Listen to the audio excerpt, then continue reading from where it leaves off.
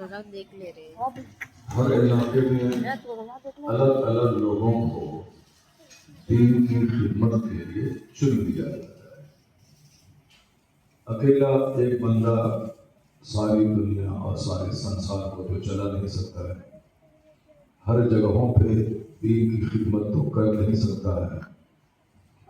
تو دنیا کے الگ الگ علاقوں میں اللہ نے اپنے مخصوص بندوں کو دین کی خدمت کے لیے پیدا فرمایا. انہیں محبوب ترین لوگوں میں ایک نام ہندوستان کے لیے جس کو اللہ نے چنا، اس کا نام سلطان الہند خواجہ غریب نواز. خواجہ غریب نواز کے ماننے والے امریکہ میں بھی ہیں، وہاں بھی فاتحہ ہوتی ہے، لیکن سلطان الہند امریکہ میں دین کی خدمت کرنے نہیں گئے. ان کا چرچا عام ہوا، لوگوں نے اقتصاد فیض کیا، آج جانا ان کو. چائنا جاپان میں بھی اس کے ماننے والے لوگ ہیں، لیکن ان کی خدمتوں کا جو دائرہ ہے وہ دائرہ یہی ہے کہ ایک دنیا کا ایک زبردست خطہ بر صغیر ہند و پاک کہلاتا ہے، قدیم ہندوستان، جس میں ہندوستان، بنگلہ دیش، پاکستان، کچھ حصہ برما کا، کچھ حصہ افغانستان کا، یہ جو پرانا ہندوستان تھا، اس ہندوستان کے لیے اللہ نے غریب نواز کو یہاں بھیج دیا. اور آج بھی دنیا میں 80% مسلمان اسی خطے میں رہتے ہیں. 200 سے زائد ممالک ہیں دنیا میں، لیکن 200 سے زائد ممالک میں آبادی مسلمان کی کتنی ہے؟ 200 کروڑ. 200 کروڑ میں آدھی آبادی صرف انڈیا، پاکستان، بنگلہ دیش یعنی پرانے ہندوستان میں آج رہتی ہے. آدھی آبادی.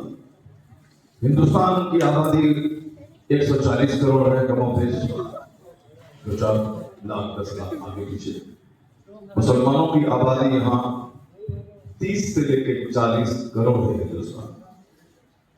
ویسے ہم 30 سال سے سنتے ہوئے آ رہے ہیں 17 کروڑ 20 کروڑ، 30 سال سے سن رہے ہیں. 1986-87 میں ہندوستان کا ایک بہت بڑا فقیر پورے بھارت میں گھوم گھوم کے خطاب کرتے تھے.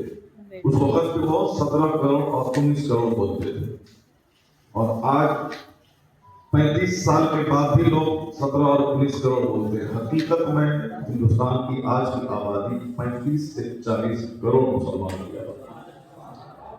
ان کو ایک ڈر اور خوف سا لگا رہتا ہے، اسی لیے ہماری تعداد کو گھٹا کے بیان کرتے ہیں. 40 کروڑ انڈیا کی آبادی، 30 کروڑ پاکستان کی آبادی، بنگلہ دیش کی آبادی بھی 25 سے 30 کے آپ جوڑ رہے ہیں. 40 اور 60 یعنی 1 کروڑ 100 کروڑ 100 کروڑ مسلمان جو دنیا کی آبادی کا آدھا حصہ ہے وہ صرف پرانے ہندوستان میں رہتا ہے. باقی 100 کروڑ میں عرب کے 25 ممالک ہیں، اب پوری دنیا ہے. اس لیے آقا علیہ السلام کے بارے میں سنا گیا ہے کہ آپ کبھی فرماتے تھے کہ مجھ کو پورب سے ہوا آ رہی ہے. سبحان اللہ. مدینہ پاک سے جو پورب کی زمین ہے وہ خطہ کس کا ہے؟ وہ خطہ ہندوستان کا ہے. تو اور جتنے بھی بڑے بڑے اولیاء و صالحین ہیں سب کے ماننے والے اکثر و بیشتر اسی پرانے ہندوستان میں موجود ہیں. جہاں ایک بڑی آبادی مسلمانوں کی رہنے والی ہے، اب قیامت تک رہنے والی ہے. تو بڑی آبادی کو بڑا رہنما چاہیے، تو اللہ نے بڑا رہنما بنا کے سلطان الہند کو بنا دیا. سلطان الہند کا وہ احسان ہے ہندوستان سے.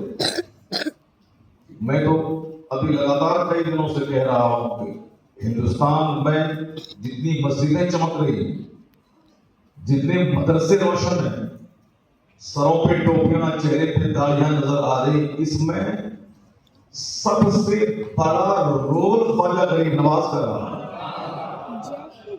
کیونکہ سب کو معلوم ہے کہ ان کی محنتوں سے 90 لاکھ مشرکوں نے کلمہ پڑھا. تو 800 سال پہلے بالواسطہ یا بلا واسطہ جب 90 لاکھ لوگوں نے کلمہ پڑھا، یعنی 1 کروڑ کے قریب، تو آپ سمجھ سکتے ہیں کہ 800 سال کے اندر میں وہ 1 کروڑ کتنے کروڑ بدل گئے۔ میں نے کہا تھا کہ جب سارے لوگ یہ کہتے ہیں کہ صاحب میں انصاری ہوں، میرا تعلق مدینے سے ہے، میں شیخ ہوں، میرا تعلق صدیق اکبر سے ہے، میں قصائی، میں قریشی ہوں، میرا تعلق قریش کے قبیلے سے ہے، جب سب کا تعلق مدینہ اور مکہ سے ہے، یہ 800 سال پہلے جو 1 کروڑ 100 کروڑ لوگ 1 کروڑ لوگوں نے جو کلمہ پڑھا تھا، اس کی اولاد کہاں چلی گئی؟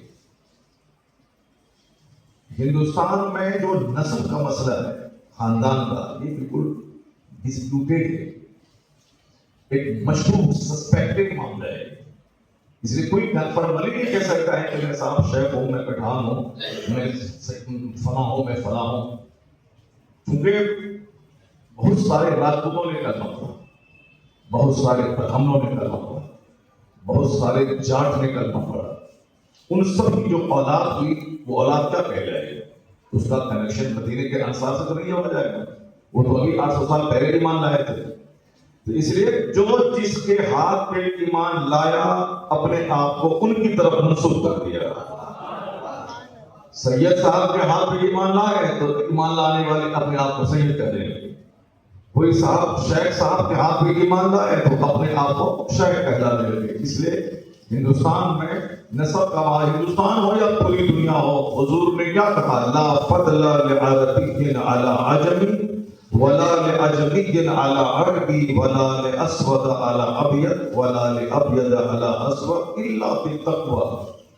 حضور کہتے ہیں کہ وہ دور جاہلیت تھا، ایج آف اگنورینس، جس میں گورا کا اپنے آپ کو